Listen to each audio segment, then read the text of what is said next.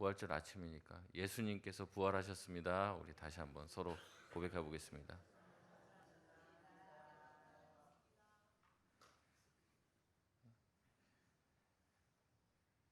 부활의 증인이라는 제목으로 같이 말씀을 나누도록 하겠습니다.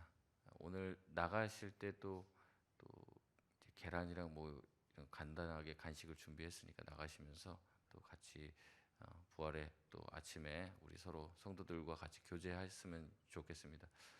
저도 처음에 부활절날 왜 그 계란을 나눠주나 그 물어보니까 이제 교육자들 중에서 한 분이 이제 그 병아리가 이제 계란을 깨고 나온 것처럼 유정란을 줘야 되는 거 아니냐 뭐 그런 얘기도 하고 그랬는데 뭐 제가 유래를 찾아보니까 그렇습니다. 뭐 이제 부활절에 이제 부활절을 맞이해서 옛날에는 이제 계란이 굉장히 고급 음식이었죠. 아무나 먹을 수 있는 게 아니고. 근데 지금도 그렇지만 이제 완전 단백질이잖아요. 그러니까 부활절날 특별히 예수님의 부활을 맞이해서 이제 그때 당시에는 뭐 성당이죠. 그 카톨릭인데 이제 거기서 이제 가난한 사람들한테 이제 계란을 나눠주기 시작한 거예요. 비싼 거죠. 비싼 계란을 이제 나눠준 거죠. 그래서 이제 영양실조에 걸려 있고 또 이제 식사를 제대로 못 하고 있는 사람들에게 한 끼 식사의 위로를 전해주는 그런 부활의 소식과 함께 우리에게 생명을 주신 주님의 그 은혜를 나눴던 것들이 이제 전승이 되고 전승이 돼서 이제 지금까지 오게 됐는데 마치 이제 그 계란의 부활로 이렇게 같이 연결 지어갖고 얘기하시는 분이 있는데 그런 느낌은 아닙니다. 계란에서 뭐 이제 생명이 태어나지 않냐 그래서 이제 주는 그런 의미보다는 좀 그렇게 이제 좀 부활주의를 맞이해서 이제 주님께서 우리에게 생명 주셨던 것들을 같이 나누는 그런 의미가 있으니까 그런 의미를 생각하시면서 좋은 전통들 잘 가지고 또 그 믿지 않는 사람들은 부활절날 의뢰의 교회에서 계란 주는 줄 알더라고요. 그래서 저도 회사 다닐 때 월요일 날 꼭 그 부활절 다음 월요일 날 출근하면은 계란 갖고 왔냐고 이렇게 물어보고 이제 찾는데 또 그렇게 하면서 복음 전하시면 되죠. 그래서 잘 또 주님의 은혜를 나눌 수 있었으면 좋겠습니다. 부활의 증인이라는 제목으로 말씀을 나누겠습니다. 오늘 본문의 배경은 안식 후 첫날, 안식일이 지난 다음 날, 그러니까 요일로 따지면 일요일, 주일날 아침이었습니다. 막달라 마리아와 야고보의 어머니 마리아, 또 살로메 이 세 사람은 예수님의 시신에 향품을 바르기 위해서 예수님의 무덤을 찾습니다. 향품을 바르려는 이유는 아무래도 예수님의 장례가 굉장히 다급하게 치러졌기 때문에 그런 것이 아닌가 싶습니다. 보통은 이제 십자가형을 당하던 사람이 죽으면 그 시신을 처리할 수 있도록 시간을 주는데 예수님은 그렇지 못했어요. 예수님이 달려 있었을 때 마지막에 어떻게 됩니까? 막 지진이 일어나고 천재지변이 일어나게 되잖아요. 하늘이 갑자기 어두워지게 되고 그러니까 급하게 이 예수님을 처리하고자 또 나머지 강도들을 처리하고자 강도들의 무릎은 이제 정강이뼈는 이제 망치로 쳐서 부러뜨려 갖고 이제 금방 죽이려고 하고 예수님은 이미 죽은 것이 확인이 되었기 때문에 확인 사살의 의미로서 긴 창으로 예수님의 옆구리를 찔렀습니다. 근데 보통 이제 죽지 않았으면 찔르면 어떻게 해요? 이제 움찔할 거 아니에요. 고통스러우니까. 근데 예수님은 그 창을 그대로 받으셨습니다. 왜냐하면 이미 그 전에 돌아가셨기 때문에 찔러도 이제 아무런 이제 반응을 못 하신 것이죠. 그래서 몸에 있는 창자라든지 모든 것들이 이제 밖으로 쏟아져 나오는 그런 일이 있었습니다. 그래서 예수님의 시체를 긴급히 수습을 했었어야 돼요. 그나마 아리마대 요셉이 나서서 예수님의 시체를 달라고 요구를 하고 그리고 예수님의 시체를 그 처음 아직도 쓰지 않은 그런 첫 무덤에다가 예수님을 모셨습니다. 그래서 예수님의 그 시신에다가 무슨 향품을 바른다든지 어떤 모략을 바른다든지 그런 것들을 준비를 제대로 못했던 것 같아요. 그래서 이 세 여인은 새벽 미명에 아무도 보지 않을 때 또 이제 가면은 문제가 생길 수 있으니까 그래서 아무도 있지 않을 때 가서 좀 이런 조치를 하려고 했습니다. 근데 문제는 무엇이냐면 무덤이 큰 돌로 막혀 있었기 때문에 그 돌을 굴려줄 사람이 없었다는 거죠. 이 돌을 굴리려면 최소 남자 장정만 10명 이상이 필요했습니다. 그렇기 때문에 이 꼭두 새벽에 예수님의 그 시신에다 향품을 바르려고 해도 그 돌을 옮길 수 있는 사람이 없으니까 그거 걱정한 거예요. 근데 그 걱정하면 10명을 데리고 와야 될 것 아닙니까? 근데 그런 것도 충분히 또 생각도 못한 것 같아요. 마음에 어떻게든 예수님의 시신에 이 향품을 바르겠다는 생각이 앞서서 우선은 길을 떠나는데 가면서 생각하는 거죠. 갔는데 문도 못 열면 어떡하냐. 이 생각을 하면서 갔습니다. 무덤에 도착해 봤더니 이게 웬일입니까? 무덤의 돌문은 이미 굴려져 있었죠. 4절 말씀해 보면 이 돌이 매우 컸다라고 말하며 이 여인 3명이 감히 움직일 수 없는 돌이었다는 것을 보여줍니다. 무덤에 들어가 봤더니 한 청년이 우편에 앉아 있었다고 말합니다. 흰옷을 입은 청년은 3명의 여인에게 놀라지 말라고 하며 예수님께서 살아나셨으며 예수님이 여기 계시지 않는다고 말합니다. 그리고 이 세 여인에게 청년은 제자들에게 갈릴리에 가서 예수님을 보게 될 것이라고 전하라고 이야기하죠. 이 얘기는 예수님께서 이미 미리 말씀하신 내용입니다. 우리 한번 찾아보겠는데요. 조금 앞쪽으로 가면요. 마가복음 14장 27절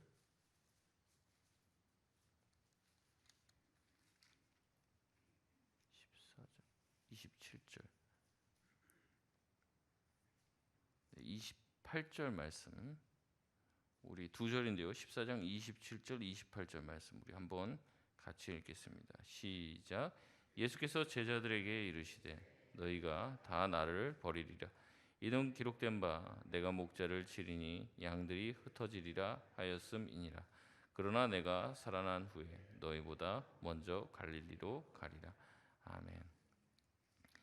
이미 예수님께서 십자가에 죽으시기 전에 내가 죽고 다시 살아날 것이고 너희보다 먼저 갈릴리로 갈 것이라고 말씀하셨습니다. 그렇기 때문에 이 천사는 그 말씀을 떠올리며 청년으로 묘사가 되어 있죠. 이 청년은 여인들에게 제자들에게 가서 이 말을 전하라고 얘기합니다. 그러나 이 여인들은 놀라 공포에 질려 도망치듯 무덤을 빠져나왔습니다. 그리고 8절 말씀에 보면 뭐라고 얘기합니까? 무서워하여 아무에게도 말하지 못했다고 말합니다. 부활의 첫 증인들은요, 부활의 어떤 그런 기묘한 사건을 보고 신이 나서 방방 뛰며 하나님을 찬양하지 않았습니다. 이 놀라운 광경을 보고 와, 예수님 부활했구나, 부활하신 예수님 우리가 증거해야지, 이러지 못했어요. 감사하며 기뻐하며 동네방네 떠들면서 예수님의 부활을 증거한 것이 아닙니다. 그들은 오히려 두려워하며 입도 뻥끗도 하지 못했다고 말합니다. 사실은 이것이 더 자연스러운 것이죠. 여러분, 누가 부활했다는 얘기를 듣거나 보고 신비한 일을 체험하면 그것을 막 증언하게 되느냐? 그렇지 않다는 겁니다. 그들은 어안이 벙벙했습니다. 도대체 이게 무슨 일이냐? 수많은 생각들을 했겠죠. 이 청년은 과연 누구이며 또 예수님이 부활하셨다고 하시는데 예수님의 시신은 어떻게 된 일이며 모든 것이 그들에게는 낯설기만 했습니다. 그러나 이 여인들의 모습은 오히려 부활이 사실이었다는 것을 더욱더 부각시키는 것이죠. 부활의 사실성을 더 높여줍니다. 이런 기적과 같은 놀라운 일에 그들이 굉장히 어색하게 오히려 막 찬양하며 나가지 않았다는 것은 너무나도 자연스러운 일입니다. 부활을 기대하지 않고 예수님의 시신에 향품이나 바르러 갔던 그 여인들은 놀라운 광경을 목격하게 되고 이 말을 전할 엄두조차 내지 못했다는 거죠. 장면은 바로 다음으로 넘어갑니다. 부활하신 예수님은 돌아다니며 세 부류의 사람들에게 나타나며 자신의 부활을 보여줬다고 마가는 기록하고 있습니다. 첫 번째 부류는 예수님께서 나타나셨는데요. 9절 말씀에 안식 후 첫날 이른 아침에 살아나신 후에 누구에게 나타나십니까? 7 귀신을 쫓아내어 주신 막달라 마리아에게 먼저 나타나셨다라고 말합니다. 그리고 이 일을 알렸지만 11절 말씀에 사람들은 마리아의 이야기를 듣고도 어떻게 했습니까? 믿지 않았다고 말합니다. 마리아는 예수님을 보고 이 예수님에 대한 내용을 전해야겠다는 생각을 가지고 예수님이 살아나셨다는 것을 사람들에게 슬피 울며 여전히 슬픔 가운데 잠겨있는 자에게 전합니다. 예수님께서 나타나시고 내 눈에 보이셨다고 말씀을 전했지만 그 이야기를 듣고도 예수님을 믿고 추종하던 사람들은 믿지 않았다는 거죠. 12절에 보면은 예수님께서는 두 번째로 두 사람이 시골에 갔을 때 예수님께서 나타나셨다고 말합니다. 보통 엠마오로 가는 두 제자라고 알려진 사람들일 가능성이 많습니다. 이 두 사람 또한 예수님을 만납니다. 그리고 어떻게 합니까? 13절에 가서 남은 제자들에게 알리죠. 그러나 어땠습니까? 그들 역시 믿지 않았다는 거죠. 이것은 우리에게 깊은 묵상의 거리가 됩니다. 예수님의 부활의 소식을 듣고도 믿지 않은 사람들은 바리새인이나 제사장이나 예수님의 대적자들이 아니었습니다. 부활의 증언과 소식을 듣고도 믿지 않은 사람은 계속해서 나오지만 예수님의 제자들이었습니다. 마가복음 전체에서 예수님의 제자들은 계속해서 깨닫지 못하고 예수님과 엇박자를 내죠. 주님이 말씀하시는 걸 귀담아 듣지 않습니다. 예수님이 십자가에서 죽으셔야 한다고 말씀하지만 그들은 누가 높냐, 누가 예수님의 우편에 설 것인가, 좌편에 설 것인가를 가지고 다투는 자들이 그들이었습니다. 심지어 이들은 예수님의 십자가 잡히시는 그 장면에서까지 실망스러운 모습을 보이고 이제 예수님의 부활의 소식을 듣고도 믿지 않는 자들로 등장을 하는 것이죠. 이것이 우리한테 묵상거리가 되는 것은 우리가 주님 앞에 가까이 가 있다고 생각하고 착각하는 사람일수록 더 깨닫지 못할 수도 있다는 것을 이야기합니다. 세 번째로 예수님은 11제자에게 나타나십니다. 우리 14절 말씀인데요. 같이 한번 읽겠습니다. 시작. 그 후에 11제자가 음식을 먹을 때 예수께서 그들에게 나타나사 그들의 믿음 없는 것과 마음이 완악한 것을 꾸짖으시니 이는 자기가 살아난 것을 본 자들의 말을 믿지 아니함일러라. 아멘. 예수님은 제자들의 믿음 없음과 마음이 완악한 것을 꾸짖으십니다. 증인들의 증언을 듣고도 제자들은 자신들의 생각과 다른 자신들의 상식을 아득히 벗어난 죽은 자의 부활을 받아들이지 않습니다. 이미 예수님은 이 얘기를 최소 세 번이나 제자들에게 하셨습니다. 내가 붙잡힐 것이고 순환을 당할 것이고 3일 후에 다시 살아날 것을 말씀하셨는데 이들은 전혀 예수님의 말씀을 기억해내지 못합니다. 그들의 믿음 없음과 마음이 완악한 것은 증인들의 말을 믿지 아니함이었다라고 말씀하십니다. 여러분, 전하여 준 말을 믿지 않는 것, 누군가 뭘 보고 믿고 말고가 아니라 예수님이 그들을 호통치신 이유는 무엇입니까? 전하여 준 말을 믿지 않았다는 거예요. 예수님이 그들에게 꾸중을 하신 이유가 바로 이것입니다. 예수님께서 살아난 것을 본 자들의 말을 믿지 않았다. 이것이 예수님께서 그들을 호통하신 이유입니다. 여러분, 제자들은 시종일관 예수님을 깨닫지 못합니다. 예수님이 어떤 분이신지 그리스도다, 하나님이다 여러 가지 고백을 하고 예수님을 추종했지만 결국 그들은 예수님이 누군지 끝까지 간파해내지 못합니다. 십자가를 경험했는데도 불구하고 그들은 여전히 예수님의 부활을 전해준 사람들의 말조차 이해를 못합니다. 여러분, 3년 동안 예수님에게 직접 저자직강을 들었어요. 예수님과 같이 살았습니다. 예수님과 함께 위대한 일을 경험했어요. 심지어 예수님의 파송을 받아서 자신들도 귀신을 쫓아내고 병든 자들을 고쳤습니다. 죽었던 사람이 살아나는 것을 자기 눈앞에서 본 사람입니다. 여러분, 우리는 이 중에서 한 가지 체험만 해도 평생 우리 가슴에 새겨놓고 주님을 떠나지 않을 것이라고 생각하기 십상입니다. 그러나 이들은 수많은 체험과 경험을 했는데도 아직도 예수님을 제대로 알지 못합니다. 여러분, 이것이 우리에게 무슨 묵상거리가 됩니까? 우리 또한 많은 신앙의 증거를 가졌다 한들 우리가 주님을 안다고 쉽사리 말하지 못할 수 있다는 거예요. 예수님, 하나님이라는 존재를 내 상식과 내 틀에 가둬놓지 말라는 겁니다. 그렇게 예수님을 바라보는 한, 내 틀이 공고한 한 예수님이 누군지 결코 우리는 깨닫지 못할 것입니다.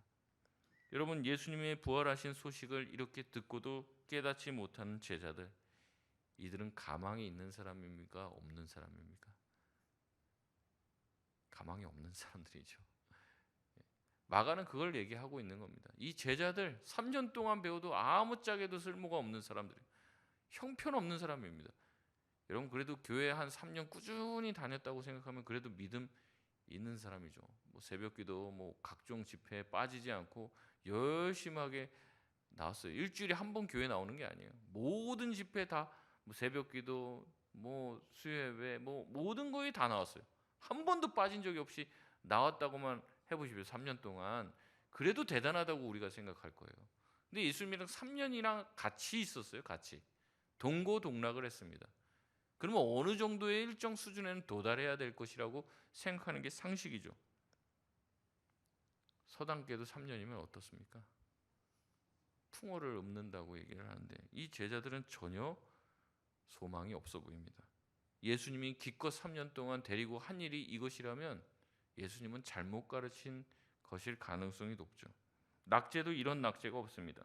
3년간의 가르침과 부활하신 후에도 전혀 달라지지 않는 제자들의 모습에 우리는 허탈함을 느끼게 됩니다. 그럼에도 예수님은 지금의 그들 상태와는 전혀 다른 이야기를 꺼내시는 거예요. 여러분 예수님께서 14절에 호통을 강하게 치시죠. 어떻게 너희 마음이 그렇게 믿음이 없느냐? 어떻게 그렇게 완악하냐? 호통을 치시면 제자들이 머쓱해 하더라. 뭐 제자들이 예수님께 잘못했다고 뭐 빌더라. 뭐 이런 장면이 나와야 되는데 전혀 그런 장면이 나오지 않아요. 제자들의 어떤 반응이 나오지 않아요. 바로 예수님은 그 다음에 그들에게 이렇게 말씀하고 계십니다. 15절 16절 말씀인데 우리 같이 한번 읽겠습니다. 시작. 또 이르시되 너희는 온 천하에 다니며 만민에게 복음을 전파하라. 믿고 세례를 받는 사람 구원을 얻을 것이요 믿지 않는 사람은 정죄를 받으리라. 아멘. 예수님은 그들에게 어울릴 법하지 않은 명령을 하십니다. 소위 말하는 대위임 명령이죠. 부활을 믿지도 못한 사람에게 나타나서 첫 번째로 하신다는 말씀이 꾸짖고 나서 가서 복음을 전하라는 얘기예요. 여러분 이거 하겠습니까? 이 사람들이 예수님의 말씀을 전혀 이해하지 못하는 사람들이 이렇게 할 수 있겠냐는 거죠. 온 천하에 다니며 복음을 전하라고 말씀하십니다. 너희의 증언을 믿는 자들은 구원을 얻을 것이고 믿지 않는 자는 정죄를 당할 것이라고 말합니다. 여러분 예수님의 이 말씀이 그들에게 어울려 보이지 않아 보입니다. 그럼에도 불구하고 예수님이 이 명령을 주신 이유는 무엇일까요? 주님이 그럼 명령의 말씀을 준행할 만하게 그들을 변화시키실 것이라는 약속을 내포하고 있는 거죠. 지금 너희들의 상태는 그렇지만 내가 반드시 너희로 하여금 온 세상에 나가 복음을 전할 사람으로 변화시키겠다라는 약속을 포함하고 있는 것입니다. 계속해서 믿는 사람들의 특징이 나옵니다. 믿는 자들에게는 17절에 어떤 특징이 나타납니까? 귀신을 내어 쫓는 것입니다. 또한 새 방언을 말한다고 말합니다. 귀신을 내쫓아내는 것은 복음서 내에서 빈번하게 등장했던 내용이지만 믿는 자들의 증거로서 새 방언을 말한다는 것은 처음 등장합니다. 18절의 말씀에 보면 뱀을 집어올리면 무슨 독을 마셔도 해를 받지 않는다고 말하며 병든 사람에게 손을 얹은즉 나으니라고 말씀하십니다. 뱀을 집어올리며 어떤 독에서도 해를 받지 않는다는 표현 또한 이 앞쪽에서는 복음서에서는 등장하지 않는 내용입니다. 새 방언을 말하고 뱀을 집어도 해를 입지 않는다는 것은 다 사도행전적 표현입니다. 사도행전에서 방언을 말하는 새 방언을 말하는 일들이 일어나고 또 바울이 멜리데 섬에서 뱀에게 물려도 해를 받지 않는 것을 떠오르게 한 것이죠.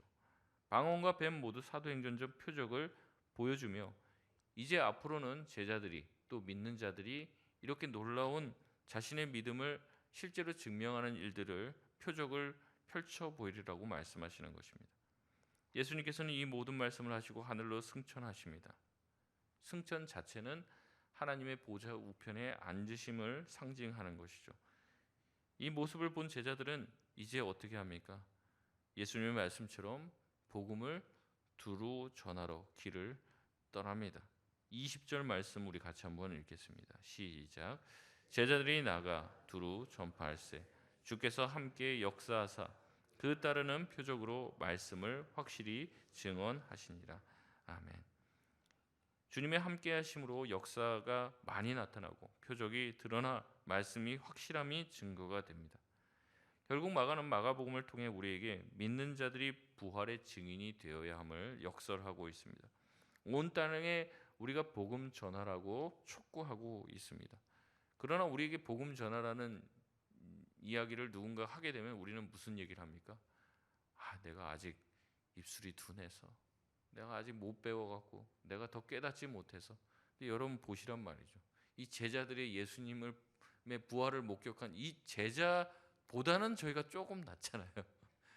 이런 제자도 하나님이 사용하셔서 온 땅에 복음을 전하게 하셨다면 우리 같은 미천한 자들 또한 복음을 전하는데 하나님께서 반드시 사용하시겠다는 이야기를 하는 거예요.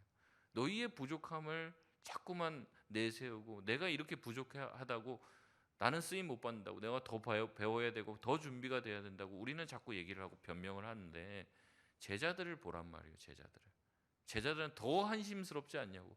그럼에도 불구하고 이 제자들을 통해서 하나님의 복음을 전하시는 것을 보아라. 온 세상에 복음을 전하고 이 수많은 표적이 그들에게 함께 했던 것처럼 우리의 부족함이 절대 복음 전하지 못하는 핑계가 되지 않는다는 것이죠. 우리도 부족하지만 부활하신 주님이 우리와 함께 하시게, 주님께서 함께 하신 놀라운 증거가 지금도 우리에게 함께 이루어질 것이라는 것을 말씀하고 있습니다. 중요한 것은 내가 주님의 참된 제자이며 참된 증인으로 서길 원하냐는 거죠. 너희가 정말 예수님의 부활을 경험하고 예수님의 뒤를 쫓고 싶다면 이제는 주님이 마지막으로 우리에게 주신 명령, 온 천하에 다니며 만민에게 복음을 전파하라. 이 말씀과 사명을 온전히 이루라고 우리에게 말하고 있습니다. 말씀을 맺겠습니다. 십자가와 부활은 복음의 핵심입니다. 예수님은 이 일을 수많은 대중 앞에서 공공연히 행하지 않았습니다. 이 일은 증인들의 입을 통해 증인들에게서 다른 증인을 낳게 될 것이고 요란한 홍보보다 한 명 한 명의 참된 변화를 통해 특별히 이 여인들, 그 당시에 증인으로 채택되지 않는 이 여인들, 또 특별히 마리아와 같은 여자의 입술을 통해서 증거될 것이라고 말합니다. 그리고 그 증거를 듣고 믿는 자들의 입술과 그 영향력은 한없이 연약해 보이겠지만 그들이 그럼에도 예수님에게 예수님의 복음을 전하라는 이 말씀에 순종하며 나아갈 때 그들의 말씀에 증거가 있을 것이고 하나님의 구원과 심판이 이 땅에 그들의 연약한 입술을 통해서 이루어질 것을 말씀하고 있습니다. 주님께서 저와 여러분을 택하신 줄 믿습니다. 특별히 이 구원의 복음의 사명들, 또 주님의 증인된 사명을 저와 여러분에게 부족하지만 맡기셨습니다. 부활의 날 결국 우리가 기억해야 될 것은 무엇이냐면 우리도 예수님처럼 예수님 믿으면 죽고 다시 부활하겠지, 여기서 끝나는 것이 아닙니다. 예수님께서 부활하셨고 우리 모두의 생명의 주인이 되셨다는 것이죠. 이것이 바로 부활의 증인입니다. 나 혼자 부활하겠다라는 믿음 가지고 사는 것이 아니라 예수님의 부활을 전하는 증인의 삶을 살 수 있는, 우리 주변에도 아직도 부활의 소식을 모르는 자들에게 부활의 증인이 될 수 있는 부활 아침 되시길 주의 이름으로 소원합니다. 우리 시간 합심해서 기도하겠습니다. 오늘 말씀들 기억하시면서 주님, 우리도 전하해 준 부활을 믿게 하여 주시고 그 부활을 믿게 되었다면 이제 그 부활을 전하는 자가 되게 하여 주셔서 주님이 우리에게 명령하신 부활의 증인으로서의 사명을 온전히 감당케 하여 주시옵소서. 우리 이 시간 주여 한번 부르짖고 합심해서 기도하고 자유롭게 기도하고